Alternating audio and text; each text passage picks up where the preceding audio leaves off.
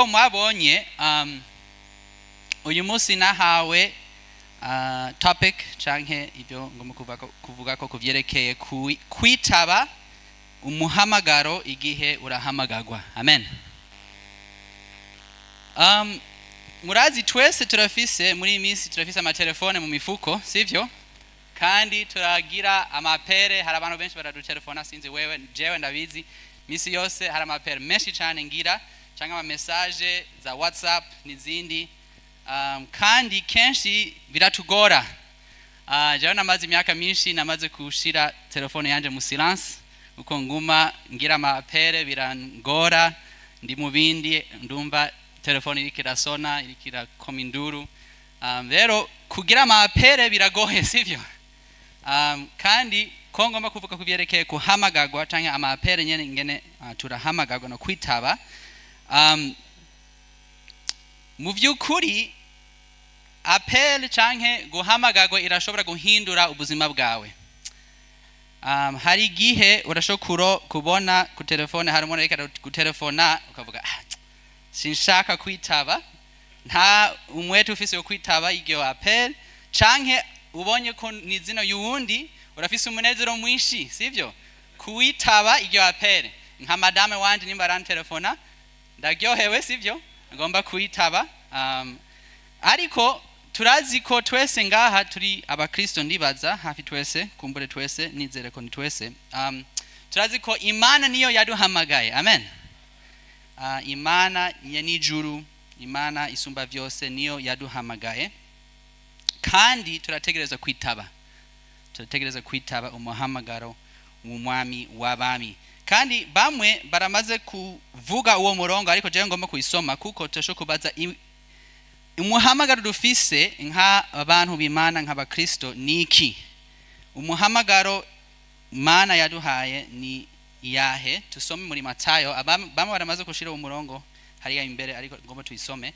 Matayo igice ca 28 ku murongo wa 19 na murongo wa 20 havuga ngo nuko nimugende muhindure amahanga yose abigishwa, mubabatize mu izina rya Data watwese n'iryo Umwana n'iryo Mpwemu Yera, mubigishe kwitondera ivyo nabageze vyose, umve ndi kumwe namwe imisi yose gushitsa no muhero w'isi. Amen.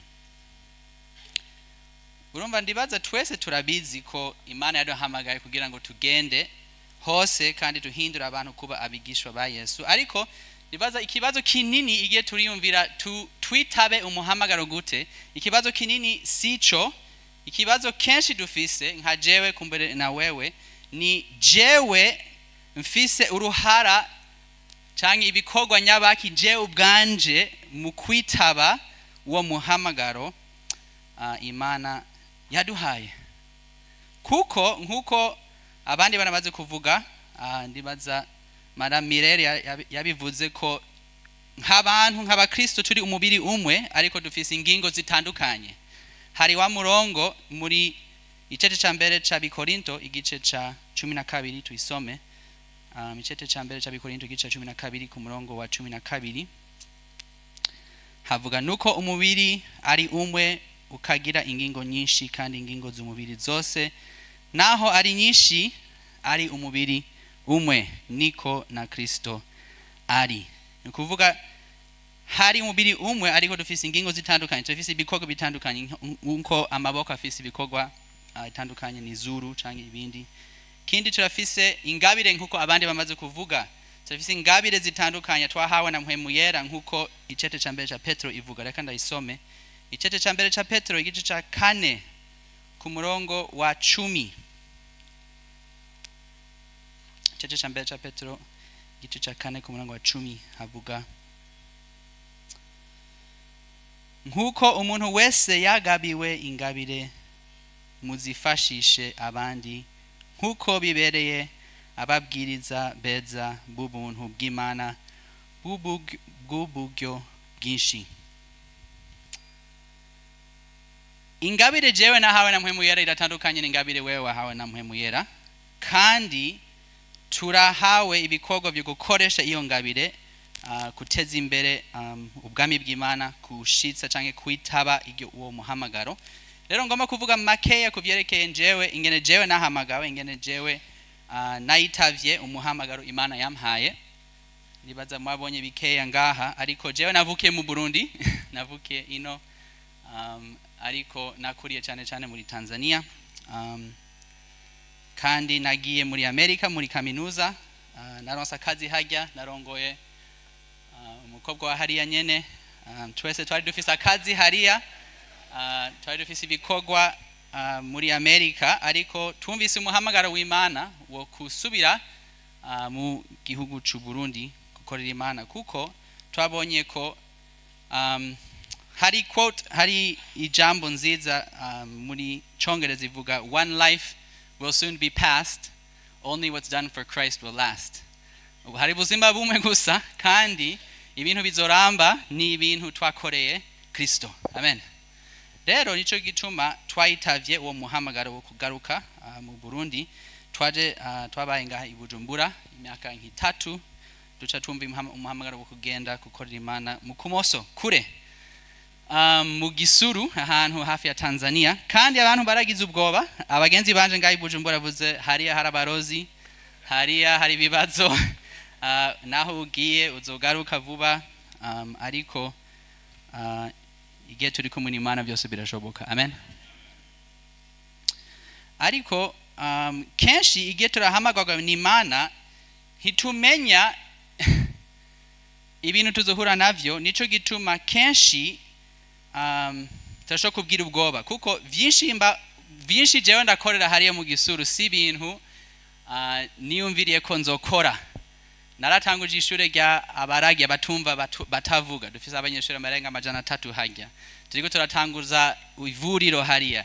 Jewe sinigeze kwiyumvira ko ivyo bintu nzoba ndimo, ariko urumva ikintu gusa ndabivuga kuko ngomba kubatera intege mwese.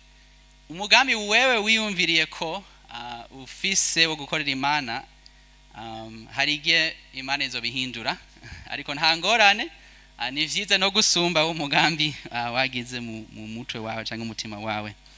Ariko ngomba kurangiza mu kuvuga kuvyerekeye ikintu kinini kenshi kitubuza kwitaba umuhamagaro w'Imana, kandi ndibaza ikintu nyamukuru kitubuza canke gituma ntidufise umwete wo kwitaba igihe twumva ko Imana iriko iraduhamagara ni ubwoba.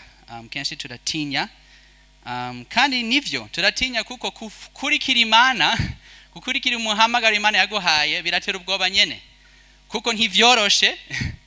Gukorera Imana si kuvuga ngo ni ikintu coroshe, ni ikintu kigoye, kuko Bibiliya iravuga ko Yesu yavuze ko isi iranyanka na mwebwe izo banka. Ntivyoroshe gukorera Imana, kandi kenshi igihe turakorera Imana kuko navuze ntitubona kure, turafise ubwoba kuko twebwe turi abantu gusa, ntitubona nkuko Imana ibona. Ibona neza na neza, ibona vyose. Twebwe turabona kumbure intambuko imwe imbere yacu gusa, hari igifungu canke imbere yacu ntishobora kubona neza. Nico gituma turashobora kugira ubwoba. Ariko niki byamfashije jewe basi gutsinda ubwoba, niyo ngomba kurangiriza ko ni ku murongo tusanga muri Abafilipi igice ca mbere. Kuko kera nkiri muto jewe nari umuntu afise ubwoba bwinshi cyane gose, nawe ubu ndacafise ubwoba rimwe na rimwe, ariko urumva Imana irashobora kuduhindura. Tusome muri Abafilipi igice ca mbere ku murongo wa 21 gushika ku murongo wa 25, havuga ngo kuko kubganje kubaho ari Kristo kandi gupfa ari inyungu, ariko namba ari kubaho mu mubiri ico kuri jewe ni inyungu y'igikorwa, kandi sinzi ico mpitamo, ndazazaniwe muri ivyo bibiri, kuko nipfuza gutaha ngo mbane na Kristo, kuko arico kirushiriza cyane, yamara kugoma mu mubiri nico corushiriza kubagirira ikimazi, kandi ko nizigiye ivyo ndazi neza yuko nzogumaho nkabana namwe mwese kugira ngo muje imbere munezeregwe ukwizera. Hari ibintu bibiri ngaha, gupfa ni inyungu sivyo, kubaho ni Kristo. Amen. Kandi gupfa ni inyungu kubera iki gupfa ni inyungu? Turazi Zaburi 16 ku murongo wa 11 havuga ngo munyonga zawe hari umunezero wuzuye, sivyo? Nuguhimbagwa biramba ibihe bidashira. Urumva igituma gupfa ni inyungu ku mukristo ni kuko Yesu yatsinze urupfu. Amen. Kandi turazi ko dupfuye turagenda kubana n'Imana. Jewe nkuko navuze ikiri muto nari afise ubwoba cyane, kandi nakunda kuyumvira kubera iki ndi ngaha, kubera iki ndi nk'umukristo ndabandanya kubaho, kuko nimba gupfa ni inyungu, kubera iki Imana iransiga ngaha. Ni nkumengo jewe notegura umunsi mukuru w'umukobwa wanje wa kuvuka kwa karorero, tukayotsa inyama, tukavuza umuziki mu nzu, ariko turamugumiza hanze, sivyo? Tukuvuga rindira ntiragera ko winjiye. Nimba ku mukristo gutaha no kubana n'Imana ni inyungu, nuko nyene, sivyo? Tusomye Bibiliya turumva umuziki y'ijuru, sivyo? Y'ubwami bw'Imana. Turumva ingene ya nyama iri kirotswa ngumota. Turavyifuza kutaha mu munsi mukuru, sivyo? Ariko nivyo Paulo ariko aravuga ngaha, kubwanje notaha kuko gupfa ni inyungu. Hari umunezero wuzuye, sivyo? Aha mwisi nta munezero wuzuye uhari. Ariko turazi ko hari impamvu ikomeye ituma Imana ivuga ngo ntiragera. Wewe Daniel ntiragera, wewe ntiragera, guma ngaha. Ego musi mukuru urahari kandi irabikiwe ngaha, ariko ntiragera, haracari ibikorwa ukeneye gukora. Amen. Niwo murongo nkunda mu mirongo zose z'Bibiliya ni Efeso igice cya 2, Abanyefeso igice cya 2 ku murongo wa 10 ivuga ngo turi ivyaremwe muri Kristo, twaremewe ngo dukore ibikorwa byiza Imana yateguye kera ngo tubigenderemo. Amen. Wewe na jewe twese hari ibikorwa Imana yateguye kera tutaranavuka ngo tubikore, kandi igituma wewe uracari ngaha ni kuko haracari ibikorwa nturakora. Amen. Rero nimba turiko turavuga turakwiye kwitaba umuhamagara w'Imana, tumenye ko mu by'ukuri rakwiye kwitaba umuhamagara w'Imana. Amen. Ariko araguhamagara kandi hari ibikorwa yateguye kera ubigenderemo, kandi ntukwiye kugira ubwoba na gatoyi, kuko nimba Imana irashobora byose kandi yateguye ibikorwa ku bwawe, kandi gupfa ni inyungu, uratinye iki? Abavyumvise ijambo ry'Imana, Imana ibahezagire. Amen.